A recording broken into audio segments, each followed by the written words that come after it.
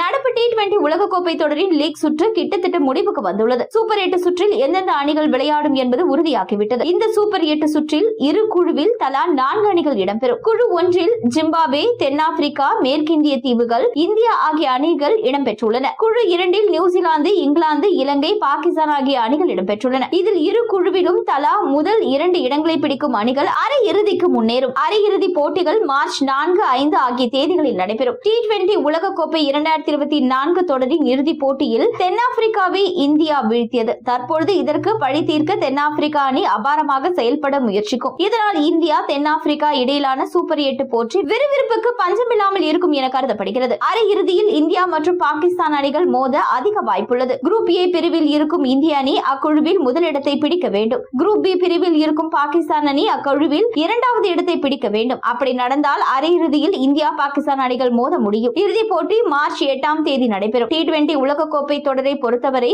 இதுவரை இத்தொடரை நடத்திய நாடுகள் எதுவும் கோப்பையை வென்றதில்லை. தற்பொழுது இந்தியாவில் நடைபெறும் தொடரில் இந்திய அணி கோப்பையை வெல்லும் பட்சத்தில் அது வரலாற்று சாதனையாக மாறும். இதனால் இந்திய அணி மீது பெரிய எதிர்பார்ப்பு